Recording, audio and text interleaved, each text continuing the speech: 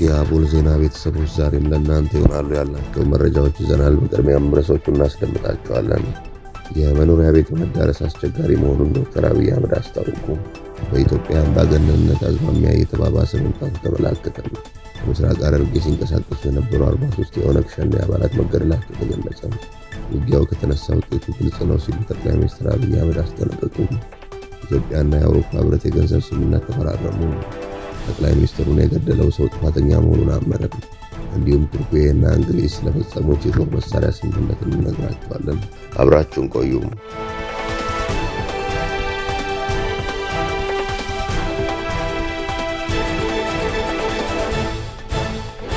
ሰላም ጤና ይስጥልን። ይህ አቦል ዜና ነው። ክቡራን አድማጭ ተመልካቾቻችን ሰላማችሁ ይብዛ፣ ጤና፣ ፍቅር፣ ደስታ በእያንዳንዳችሁ ጎጆ ይግባ። ትኩሱን እፍታውን ለእናንተ ለተከበራችሁት ይዘን መጥተናል። ቻናላችንን ላይክ፣ ሼር እና ሰብስክራይብ በማድረግ አጣጥሙልን፣ ለወዳጅ ዘመድም አጋሩልን። እናመሰግናለን። በምስራቅ ሐረርጌ ሲንቀሳቀሱ የነበሩ 43 የኦነግ ሸኔ አባላት መገደላቸው ተገለጸ።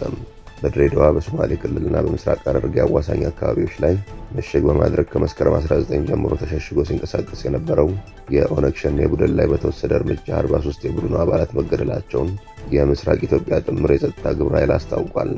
በድሬዳዋ አስተዳደርና በአጎራባች በኦሮሚያና በሶማሌ ክልል ሲቲ ዞን አዋሳኝ አካባቢዎች ላይ ምሽግ በማድረግ ጥቃት ለማድረስ በሞከረው ኦነግ ሸኔ ሙሉ ለሙሉ ለመደምሰስ የተወሰደውን እርምጃ አስመልክቶም የምስራቅ ኢትዮጵያ ጥምር የጸጥታ ኃይልን በመወከል የድሬዳዋ ፖሊስ ጠቅላይ መምሪያ ዋና አዛዥ ኮሚሽነር አለሙ መግራ መግለጫ ሰጥተዋል።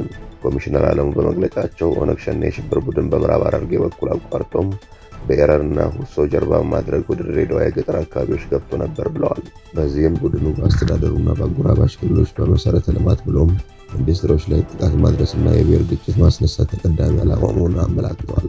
ሆኖም 7 ንዑሳንን በህብረት ያቀፈው የምስራቅ ኢትዮጵያ ጥምር የጸጥታ ልዩ ግብረ ኃይል ቡድኑን ለአንድና ለመጨረሻ ጊዜ ለመደምሰስ በጥንቃቄ እቅድ በመንደፍ በልዩ ኦፕሬሽን የማያዳግም እርምጃ ለመውሰድ መቻሉን ኮሚሽነሩ በመግለጫቸው ተናግረዋል።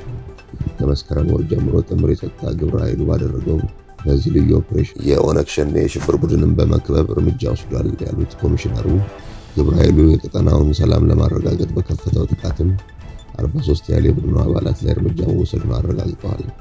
የምስራቅ ኢትዮጵያ ጥምር የጸጥታ ግብረ ኃይል በወሰደው ስኬታማ ተልዕኮ በምስራቅ ኢትዮጵያ ጥቃት ለማድረስ ሰርጎ የገባውን የቡድኑን ቡድን አዛዥ ጃል አርጌ ኢተመሪ መገደሉንም ኮሚሽነር አለሙ አስታውቀዋል።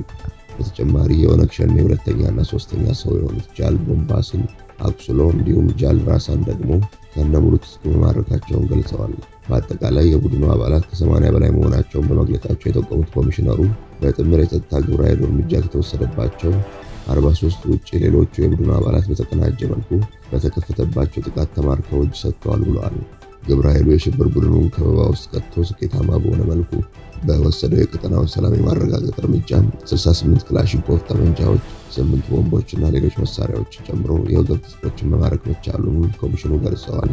የኦነግ ሸኔ ቡድን ወደ ምስራቅ ክፍል ድሬዳዋ አስተዳደር ብሎም በሶማሌ ክልል የማህበረሰቡን ሰላም ለማደፍረስ እቅድ ነድፎ ለመግባቱ ከበስተጀርባ ድጋፍ ያደረጉ አካላት ነበሩ ያሉት ኮሚሽነሩ 34 ተጠርጣሪዎች በሕግ ቁጥጥር ስር በመዋል 9 መዝገብ መከፈቱንና 4 ያህል መዝገቦችን ለአቃቤ ሕግ መላካቸውን አመልክተዋል። ኢትዮጵያና የአውሮፓ ህብረት የገንዘብ ስምምነት ተፈራረሙ። ኢትዮጵያና የአውሮፓ ህብረት ለ25 ዓመታዊ የድርጊት መርሃ ግብር የ90 ሚሊዮን ዩሮ የፋይናንስ ስምምነት ተፈራርመዋል። ስምምነቱን የገንዘብ ሚኒስትር ዴኤታ ሰመሪታ ሰዋሰው እና በኢትዮጵያ የአውሮፓ ህብረት አምባሳደር ሶፊ ፍሮም ኢመስበርገር ተፈራርመውታል። የገንዘብ ሚኒስትር ዴኤታ ሰመሪታ ሰዋሰው በዚሁ ወቅት እንደተናገሩት ኢትዮጵያና የአውሮፓ ህብረት ለ25 ዓመታዊ የድርጊት መርሃ ግብር የ90 ሚሊዮን ዩሮ የፋይናንስ ስምምነት መፈራረማቸውን ገልጸዋል። ስምምነቱ እንደ መሬት አስተዳደር፣ የብዝሃ ሕይወት ጥበቃ፣ የአየር ንብረት መቋቋም፣ የሴቶች ኢኮኖሚ አቅም መጎልበትና ለስደት ተመላሾች ድጋፍ ባሉ 4 ቁልፍ ፕሮግራሞች ላይ እንደሚያተኩር ጠቅሰዋል። ይህም በአዲስ የትብብር መንፈስ ለረጅም ጊዜ የቆየውን ትብብር የሚያጠናክር እንዲሁም በዓለም አቀፍ ጉዳዮች ላይ ያለውን ስትራቴጂካዊ አጋርነት የሚያጠናክር መሆኑን ሚኒስትር ዴኤታዋ ተናግረዋል። ስምምነቱ በኢትዮጵያና በአውሮፓ ህብረት መካከል ያለው አጋርነት ዘላቂ ልማትና ብልጽግናን ማረጋገጥ የሚያስችል መሆኑን ተናግረዋል። በኢትዮጵያ አምባገነንነት አዝማሚያ እየተባባሰ መምጣቱ ተመላከተ። በኢትዮጵያ በሕግ የበላይነት ምዘና የአምባገነንነት አዝማሚያ እየተባባሱባት መምጣታቸውን ሪፖርት አስጠነቀቀም። የዓለም አቀፍ የፍትህ ፕሮጀክት ትላንት ባወጣው የ25 የሕግ የበላይነት መረጃ ጠቋሚ መሰረት ኢትዮጵያ ከ143 ሀገሮች መካከል 132ኛ ደረጃን ይዛለች። በዚህም በኢትዮጵያ ሕግ የበላይነት ከዓመት ዓመት ማሽቆልቆሉ ቀጥሏል ብለዋል። ሪፖርቱ የሀገሪቱ ውጤት ካለፈው ዓመት ጋር ሲነጻጸር በ2.4 በመቶ ዝቅ ማለቱን ጠቅሶ ይህም ለ5 ተከታታይ ዓመታት ተቋማት እየደከሙ የሲቪክ ምህዳሩ እየጠበበና የፖለቲካ ጣልቃ ገብነት እየጨመረ መምጣቱን የሚያሳይ ነው ሲል ገልጿል። እንደ የዓለም አቀፍ የፍትህ ፕሮጀክት መረጃ በዓለም አቀፍ ደረጃ የሕግ የበላይነት ማሽቆልቆል በ2025 ተባብሶ የቀጠለ ሲሆን ኢትዮጵያን ጨምሮ 68 በመቶ የሚሆኑ ሀገራት ማሽቆልቆል አሳይተዋል። የአምባገነንነት ዝንባሌዎች መስፋፋት በዓለም አቀፍ ደረጃ የሕግ የበላይነት መዳከም ዋነኛ ምክንያት ነው ያለው ተቋሙ ይህም በመላው ዓለም ቁጥጥርና ሚዛናዊነት መዳከሙንና የዳኝነት ነጻነት መሸርሸሩን አመላካች መሆኑን ገልጿል። ውጊያው ከተነሳ ውጤቱ ግልጽ ነው ሲሉ ጠቅላይ ሚኒስትር አብይ አህመድ አስጠነቀቁ። ጠቅላይ ሚኒስትር አብይ አህመድ ከቀይ ባህርና ከኤርትራ ጋር በተያያዘ በሰጡት ማብራሪያ ውጊያው ከተነሳ ውጤቱ ግልጽ ነው፣ ያለን አስተማማኝ አቅም ነው፣ ማንም አያቆመንም ሲሉ አስጠንቅቀዋል። ኢትዮጵያ በቀይ ባህር ላይ የባህር በር የማግኘቷ ጉዳይ አይቀሬ በመሆኑ ዓለም አቀፍ ማህበረሰብ እንዲያሸማግልና መፍትሄ እንዲያመጣ ጠይቀዋል። ጠቅላይ ሚኒስትር አብይ ትላንት ማክሰኞ ጥቅምት 18 2018 ዓ.ም በሕዝብ ተወካዮች ምክር ቤት የቀይ ባህር ጉዳይን በተመለከተ ሰፊ ጊዜ ሰጥተው በአጽንኦት ተናግረዋል። የምክር ቤቱ አባላት ጥያቄዎቻቸውን ለጠቅላይ ሚኒስትሩ ባቀረቡበት ጊዜም ከቀይ ባህርና በሻዕቢያ ምክንያት ተፈጥሯል ያሏቸውን የጸጥታ ስጋቶች የተመለከቱ ጉዳዮችን አንስተዋል። አብይ ለእነዚህ ጥያቄዎች ምላሽ በሰጡበት የማብራሪያቸው ክፍል የጀመሩት ሁሉም ሀገር የራሱ ብሔራዊ ጥቅምና ብሔራዊ ስጋት እንዳለው በመግለጽ ነው። እነዚህ ሁለት ጉዳዮች የሚበየኑት አገራቱ ባላቸው መረጃና እውቀት ልክ እንደሆነ ያነሱት ጠቅላይ ሚኒስትሩ አገራት ይህንን መሰረት አድርገው ዛሬ ብሔራዊ ጥቅም ወይም ስጋት ያሉትን ጉዳይ ሊያሰፉ ወይም ሊያጠቡ እንደሚችሉ ጠቅሰዋል። የኢትዮጵያን ብሔራዊ ጥቅም በሚመለከት የተከበረው ምክር ቤት እንዲገነዘብ የሚያስፈልገው ይህ ርዕታዊ፣ ኢፍትሐዊ፣ የበደል መጨረሻው በደል የተፈጸመበት አገር ነው። ኢትዮጵያ ቢያንስ ይህንን መናገር አትከልክሉም ብለዋል። የመኖሪያ ቤት ማዳረስ አስቸጋሪ መሆኑን ዶክተር አብይ አህመድ አስታወቁም። እያንዳንዱ ኢትዮጵያዊ የቤት ባለቤት እንዲሆን ማሰብ ብዙ የሚቻል ጉዳይ አይመስለኝም ሲሉ ጠቅላይ ሚኒስትር ዶክተር አብይ አህመድ ተናግረዋል። ጠቅላይ ሚኒስትሩ ይህንን የተናገሩት ትላንት በሕዝብ ተወካዮች ምክር ቤት ተገኝተው ከአባላት ለተነሱላቸው ጥያቄዎች መልስ ሲሰጡ ነው። ለጠቅላይ ሚኒስትሩ የመኖሪያ ቤት ችግርን ለመቅረፍና የዜጎችን ጥያቄ ለመመለስ መንግስቱ ምን ለማድረግ አቅዷል ተብሎ ለቀረበላቸው ጥያቄ እያንዳንዱ ሰው በአቅሙ ለመከራየት እንዲችል አማራጭ ማዘጋጀቱ እንጂ ሁሉንም ሰው ቤት እንዲሰራ ማድረግ ብዙም የሚቻል አይመስለኝም። የሚቻለው እያንዳንዱ ሰው ቤት ሲከራይ ማጣት እንዳይችል መስራት ነው። ኢትዮጵያ ውስጥ ኪራይ ቤት አይገኝም፣ ሲገኝም በጣም ውድ ነው ሲሉ ጠቅላይ ሚኒስትር ዶክተር አብይ አህመድ ተናግረዋል። ያለፈው በጀት ዓመት ኢትዮጵያ በታሪኳ ከፍተኛ ገቢ ያገኘችበት ነው። ለአብነትም ከሸቀጦች ውጭ በንግድ 8.3 ቢሊዮን ዶላር ተገኝቷል። ከሬሚታንስ 7.4 ቢሊዮን ብር ገቢ የተገኘ ሲሆን ገቢ ምርቶቹን በሀገር ውስጥ በመተካትም በቢሊዮን ዶላር ማዳን ተችሏል። በዚህም የኢትዮጵያ ሪዘርቭ በ10 እጥፍ አድጓል ብለዋል። ጠቅላይ ሚኒስትሩን የገደለው ሰው ጥፋተኛ መሆኑን አመነን። የቀድሞ የጃፓን ጠቅላይ ሚኒስትር ሲንዞ አቤ በመግደል ወንጀል የተከሰሰው ግለሰብ ክስ በቀረበበት የመጀመሪያ ቀን ጥፋተኛ መሆኑን አምኗል።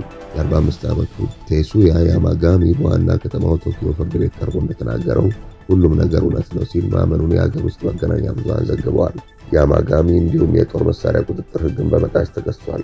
እንደ አውሮፓውያን አቆጣጠር በ2022 በምዕራብ ናራ ከተማ በተደረገ የፖለቲካ ዘመቻ ወቅት አቤ ላይ ለመተኮስ በቤት ውስጥ የተሰራ ሽጉጥ ተጠቅሟል። አቤ በጭልፊት የውጭ ፖሊሲ የሚታወቁና በህዝብ ዘንድ አቤኖሚክስ ተብሎ ይጠራ የነበረ የኢኮኖሚ ስትራቴጂ መንደፋቸው ይታወሳል። ቱርኪያ 20 የዩሮ ተዋጊ ጀቶች ለመግዛት ከእንግሊዝ ጋር ስምምነት ደረሰች። አንካራ የራሷን 5ኛ ትውልድ ተዋጊ ጀቶችን በማዘጋጀት የአየር መከላከያዋን ለማጠናከር እየሰራች ባለችበት በዚህ ወቅት ቱርኪያ 20 ዩሮ ተዋጊ ቲፎን ጀቶችን በ11 ቢሊዮን ዶላር ለመግዛት ከዩናይትድ ኪንግደም ጋር ስምምነት ላይ ደርሳለች። የብሪታንያ ጠቅላይ ሚኒስትር ኬር ስታርመር እና የቱርኪያ ፕሬዝዳንት ሬሲፕ ጣይብ ኤርዶጋን ስምምነቱን በአንካራ ተገኝተው ፈርመዋል። የዩናይትድ ኪንግደም የመከላከያ ሚኒስትር እርምጃውን በአንድ ትውልድ ውስጥ ትልቁ ተዋጊ ጀት ስምምነት ሲል ገልጾታል። ኤርዶጋን በበኩላቸው በሁለት የቅርብ አጋሮች መካከል የስትራቴጂያዊ ግንኙነት አዲስ ምልክት በማለት አወድሰውታል። ስታርመር በአንካራ ሲናገሩ ስምምነቱ ዩናይትድ ኪንግደም እና ቱርኪያን ከአባላቶቹ መካከል ለሚቆጠረው ኔቶ ድል ነው ብለዋል። የብሪታንያ ጠቅላይ ሚኒስትር እንዳሉት ይህ የሰሜን ምስራቅ የኔቶ ጎን ነው። እናም ከዩናይትድ ኪንግደም ጋር የተቆራኘ አቅም መኖሩ ለኔቶ በጣም አስፈላጊ ነው ብለዋል። በስምምነቱ መሰረት የታዘዙት የመጀመሪያው ተዋጊ ጀቶች በ2030 አንካራ ይደርሳል ተብሎ ይጠበቃል ሲሉ ስታርመር ተናግረዋል።